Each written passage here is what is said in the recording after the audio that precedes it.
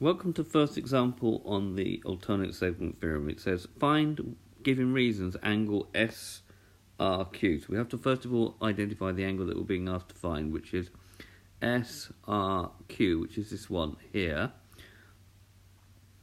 So angle RPS, well, this triangle here we know to be isosceles. We know that because it says that length is the same as that length. So being isosceles, the angles will add up to 180, so we need to do 180 minus 112, and then we need to divide them by 2 because these two angles here are the same. So angle, and you have to write down a reason. So triangle PRS is isosceles. That gives me 34 degrees, so we'll just mark that on our diagram. So it would be a good idea in an exam to mark on angles that we find, but make sure you do it with a pencil so that you can erase it if necessary.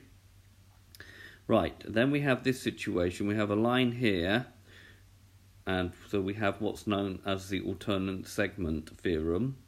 So angle SRQ, the one we wanted to find, is also going to be 34 because of the alternate segment theorem. So this has been a video to show you how to find angles using the alternate segment theorem. I hope you've understood, and I thank you very much for watching.